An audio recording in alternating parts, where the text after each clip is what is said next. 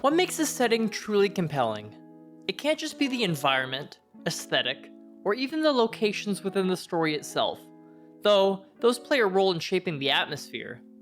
Setting is something larger, something deeper, but what exactly defines a setting in the first place? A setting is more than just the backdrop where characters move. It's the environment that breathes with them, shapes them, and sometimes even becomes a character of its own. When done right, setting doesn't just frame a story, it tells one. It colors the way we perceive the narrative and gives the audience a lens through which every emotion, every choice, and every relationship is filtered. And perhaps no anime captures this better than Call of the Night, a series where the world of neon skies and empty streets is not just background decoration, but the heartbeat of the story itself. I'm Cheshire, and today we're talking about the power of setting in Call of the Night. Part 1. The City of Contrasts. Call of the Night is a romance anime that follows Ko, a young man with a bad case of insomnia, as he embraces his night owl nature and explores the city against the backdrop of neon lights. And after a fateful encounter with Nazuna, a vampire who's drawn to Ko's wandering nature, the pair make it a nightly habit to roam the empty streets together. But their relationship isn't what we're here to talk about today. Because what makes Call of the Night so special in my opinion, isn't its characters, but the story's setting. The setting of any narrative is what truly establishes the overall tone and nature of a story. But more importantly, the setting will directly influence the perception for both the story's characters and the viewer. Call of the Night does something special with its use of liminal spaces. Normally, empty streets and silent cityscapes are the go-to for creating creepy atmospheres, but here, they feel almost warm, even inviting. Instead of treating the dark as something to fear, the series shows how perspective, tone, and human connection can transform the unknown into comfort. Paired with the crescendo of its upbeat soundtrack, the night becomes a surprisingly cozy stage for Ko and Nazuna's romance to blossom. It's these contrasts, the emptiness of the city against the warmth of their bond, the fear of darkness against the freedom it offers, that truly shapes the heart of the story. By day, Ko is utterly bored and detached from the monotonous routines and expectations that come from the waking world. But by night, Ko is allowed into an alien world of wonder and the freedom to be himself. Call of the Night is more than just a coming-of-age story for Ko, but an exploration into what it means to be yourself in a world of rigid expectations and routines. Night isn't an antagonist or something to be afraid of in this setting. Yes, things can go bump in the night, but that doesn't mean the dark should be vilified as evil. Instead, the night is quite literally calling to Ko to come out and live under the moonlight, to release his inhibitions and truly live in the moment, even if nothing particularly exciting happens. The supernatural elements of the story don't distract from the overall tone of the show either. Instead, they elevate the atmosphere. A setting isn't just a set piece for characters to interact and live within. A setting can also tell a story through visual means and even become a character in its own right. And the setting in Call of the Night breathes atmosphere into the world with every breath. The abandoned and lifeless nature of the city against the backdrop of jazz and thrill of adventure creates an inviting atmosphere for Ko and Nazuna to learn about each other and their place in a sleepless world. Though eerie at times, the solitude woven into the setting sharpens every social encounter between Ko and Nazuna. These interactions feel almost like ships passing in the night as the two help each other with their own unique problems under the backdrop of the moon. And therein lies the heart of what makes Call of the Night's setting truly stand out. The darkness hides possibilities and adventure, but also danger and the unknown. There are monsters out there, but not all of them have fangs. Some are more subtle, more human. Other vampires exist and those that hunt them. The city itself, the setting of the narrative, feels alive and welcoming, despite appearances. In any other story, such a setting would help to shape a more dreary and dire tone for the world. Yet here, it's the opposite. The isolating nature of Call of the Night's world highlights character interaction and adventure above all else. Monsters roam, but so do the hopeless romantics and those who wish to live beyond society's rigid expectations. Part 2. The Allure of Escape. The setting of Call of the Night is more than just a lens through which to view the narrative. The setting itself is alive and arguably becomes a character at times.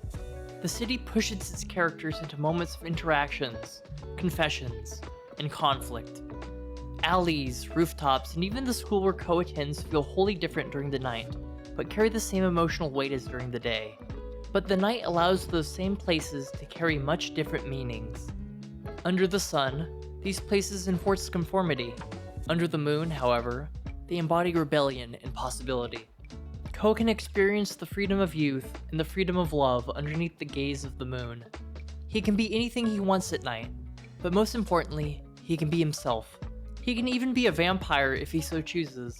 Because in this series, vampirism isn't horrific or gruesome, but a metaphor about claiming autonomy and freedom from the demands of the day.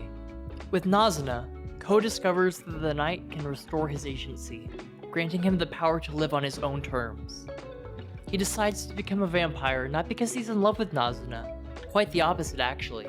Because in Call of the Night, to become a vampire, you must fall in love with a vampire before they can make you their offspring, a term for those who were turned. Ko wishes to be free of his commitments, and the only way to do that is to fall in love with Nazuna and become a vampire. And you know what? Why not? Call of the Night is about the expression of self and the freedom to be yourself. A vampire is a stale character archetype in so many different ways in modern media, but there's a reason why vampires have endured in literature for over a century. There's just something about bloodsuckers with twinkles in their eyes that captures modern audiences. And Call of the Night is no exception, but it does do something extraordinary with the classic vampire archetype. And I don't just mean the unique rules for vampires in this setting. From the very start, romanticism and vampirism have gone hand in hand. And Call of the Night plays with this idea by twisting the perception of how vampires are viewed. The act of creating another vampire requires not only consent, but active participation from their quote-unquote victims. Even drinking blood is considered an intimate act, especially if it's to create a new vampire. To Ko, Nazuna and the other vampires embody a refusal to submit to the demands of adulthood. Vampires are showcased as literal metaphors for freedom in a rigid world. They embody a sort of perpetual youth that rejects the hallmarks of society. Going to work, paying bills, and the endless responsibilities aren't concerned for vampires. Though, that doesn't mean they are free from capitalism's call. But they live quite literally by their own rules, and even have their own secret society. The way in which Call of the Night utilizes vampires makes the series feel less like a vampire anime, and more like a romance story with vampires in it. They are most certainly a narrative staple and ever-present across the story, but they aren't the main focus. Vampires are simply used as set dressing within the overall setting and conflict of Ko's growth. And with Nazuna being the poster child for vampires in this story, they simply serve to highlight the primary themes of Call of the Night in the background of Ko and Nazuna's relationship. But where there are vampires, there are also those that hunt them. And if vampires like Nazuna represent a childlike sense of freedom, then what does that make the hunter? Anko is one such hunter. Actually, she's the only human with knowledge of vampires outside of Ko and his immediate circle. Anko is a private detective who specializes in cases involving vampires. And with a lofty goal of killing all vampires, she's the perfect antagonist for the series. She represents the antithesis of Nazuna's carefree attitude and Ko's perception of freedom. Anko is a drinker, a smoker, and a workaholic. She's riddled with vices, responsibilities, and obligations. Most importantly, she's an active threat to Ko's relationship with Nazuna. Not only does Anko have the knowledge and know-how to kill a vampire, but she's the only real adult who could bust Ko for his nighttime outings. Anko's very existence is an ever-present threat in the narrative, where one wrong turn could spell the end for both Ko and Nazuna. After all, the night is filled with wonder, but also dangers just around the corner. There's a particular scene in Season 2, where during a flashback, we explore some of Nazuna's backstory. She recounts how Ko wasn't her first offspring candidate. She meets a girl named Mejiro during night classes, and their worlds quite literally clash between the waning hours of the day and the blossoming of night. Nazuna hides within the shadows of the room, while Mejiro embraces the light. But as phenomenal as this one-shot is in showcasing their differences, the story goes one step further to contrast Nazuna's innocence and curiosity against Mejiro's gloomy and jaded nature. Unlike Nazuna, Mejiro is lonely, and already has a twisted perception of how love works thanks to her cheating father. The two quickly become friends and balance each other's personalities. Until everything becomes too much for Mejiro. Her home life spirals, and loneliness grows until it's too much. But Nazuna offers a simple solution. Abandon everything and fall in love with her. Become a creature of the night and cast away your responsibilities with the day. How tempting. Who wouldn't want to give up their obligations to a society that has already abandoned them? But Call of the Night doesn't tell you one way or the other. It simply leaves the door open and lets the viewer decide what's correct. For Mejuro, she rejects Nazuna's offer and chooses to live as a human. Meanwhile, Ko jumps at the opportunity to cast his humanity aside. He doesn't reject society by choosing to become a vampire. Instead, he chooses what's most important to him in the moment, Nazuna, and all the responsibilities and excitement to come from their continued relationship. Part 3. The Call. Let's not kid ourselves. Call of the Night is all about vibes, and isn't afraid to let you know. The atmosphere is rich, the music impeccable, and the character moments between Ko and Nazuna are jam-packed with profound interactions that serve to highlight the story's themes. Rebellion against society, the exploration of individuality, and the freedom to live how you please are core thematic pillars across the series. So many ideas are presented through how the setting utilizes its visuals and atmosphere to highlight key moments between characters. From the shot choreography to the cuts and close-up shots of character expressions. Everything about how the setting is presented oozes with character and atmosphere in a way that few other stories manage to achieve to such a degree. But creating the correct atmosphere for a setting is only half the battle, because a setting isn't just the world or location a story's characters find themselves in. The setting is also part of the story, and an active participant just like a character.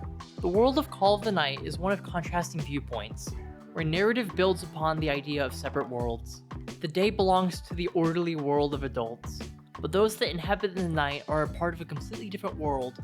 Still part of society, yes, but creatures who aren't bound to the day-to-day struggles of the waking hours. Instead, each person has their own unique problems, relationships, and view of the world. But not everyone is an inhabitant of the night. Some are wanderers simply passing by, while others are lost in search for something. Season 1 of Call of the Night managed to capture something special with its environmental storytelling and very nature of its setting. Ko's initial exploration into the unknown and Nazuna's carefree presence grounded their shared journey of self-discovery. But Season 2 expands vampire lore, exploring how remnants of their human past weigh them down as potential weaknesses. Combined with Anko's looming presence, and even the relaxed moments between friends carry a sense of unease because at any moment, Anko could be just around the corner. The setting of Call of the Night thrives on contrasts, shifting from moments of ease to sudden bursts of tension, reminding us that the night is never without its dangers. Every setting carries with a certain level of expectations from the viewer, expectations that can be manipulated for the benefit of narrative twists. The setting defines what type of story is being told, how characters interact, and more importantly, how viewers feel. So with that being said, what makes a setting compelling? I think that Call of the Night has answered that question in a variety of different ways. There's nothing really special about Call of the Night's setting. On paper, it's just a city mostly featured at night with vampires out and about. But that's just on the surface level. Going deeper, the setting of Call of the Night is rich in atmosphere that shapes how each interaction is interpreted by Ko and Nazuna. The city might be dark and cold, but their shared moments are warm and inviting because of how perspective and contrast are used here. The nightlife invites you to come and stay for a while, even forever if you're so inclined, but it doesn't overstay its welcome. You could almost say it's a call of sorts, an irresistible pull to step into the night, even for just a little while. I'm Cheshire, and thanks for watching.